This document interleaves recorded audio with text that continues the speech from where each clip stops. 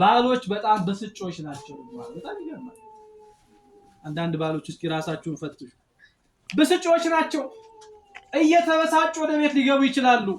አንቺ ግን ማዕበል ያማታ የመጣውን ያንኑ ወንዝ አንቺ ግን የጸጥታ ወደብ ሁኝና አረጋጊ። ተመልከቱ። ማዕበል የሚያማታው በቁጣ የመጣ የሚመጣውን ያንን ማዕበሉን የጸጥታ ወደብ ሁኝና ምን ባይዋል አረጋጊው። ከባልሽ በላይ የበለጠ ትዕግስተኛ ሁኚ። ይኸውላችሁ ብዙ ትዳር ጸንቶ የሚቆየው በሴቶች ትዕግስት ነው። ነገራችን ሴቶች ከወንዶች በላይ ትዕግስት እንዲኖራቸው፣ ሆደ ሰፊ እንዲሆኑ፣ ብልህ እንዲሆኑ መጽሐፍ አዟል።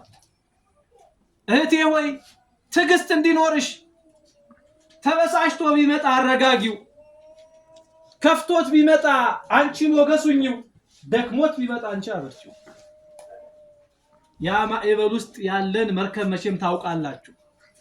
እየናጠው የሚመዳውን ያንኑ መርከብ አንቺም እንደሱ ቁጠኛ ከሆንሽ፣ አንቺም እንደሱ እልህኛ ከሆንሽ ያ መርከብ የሚገጥመውን መገመት ብዙ አድካሚ አይደለም።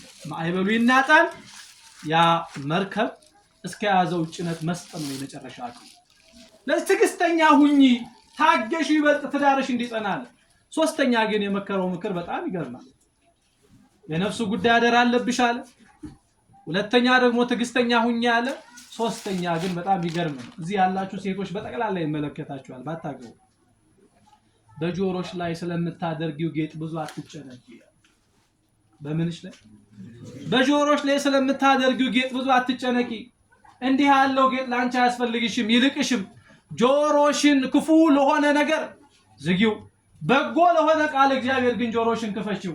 ቃል እግዚአብሔር ያንቺ የጆሮ ጌጥ ይሁንሽ። ይሄንን ቃል እግዚአብሔር በጆሮሽ ጌጥነት አርገሽው አንጠልጥይ፣ አብረሽው ዙሪ። ያ ቃል እግዚአብሔር በህይወትሽ ውስጥ ይግባ። አንቺንም ትዳርሽንም እንዲጠብቅ፣ ቤትሽንም የበረከት እንዲያደርገው፣ ህይወትሽ ያማረ እንዲሆን፣ የተወለደው ዘር እንዲያድግ፣ በረከት እንዲሆን ብሎ በዚህ መንገድ ሶስት ምክር መክሯቸዋል። ያገባን ሰዎች እነዚህ ምክር እንጠቀምባቸው። ትዳራችን መታደስ ይችላል። በነገራችን ላይ መኪና በ5000 ኪሎ ሜትር የት ይሄዳል? ወደ ጋራጅ ይሄዳል አይደል? እንደዛ እኮ ነው። 5000 ኪሎ ሜትር የሄደ መኪና ዘይቱ ይቀየራል አይደል?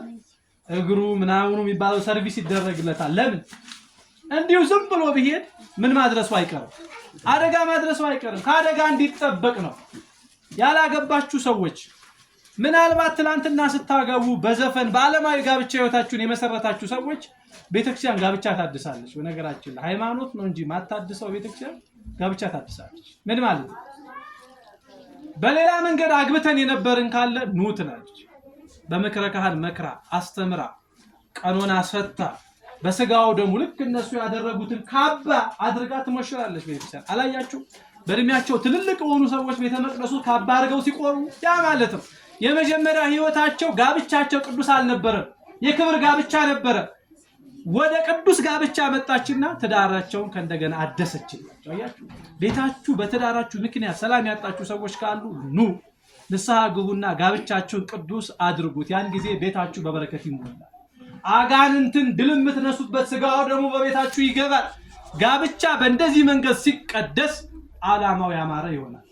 አሁን ምርቃት በጋራ እንመርቃቸዋለን፣ ከዛ እንጨርሳለን። ያልቀና ሰው ብቻ ነው ድምፁ ማይጠፋው።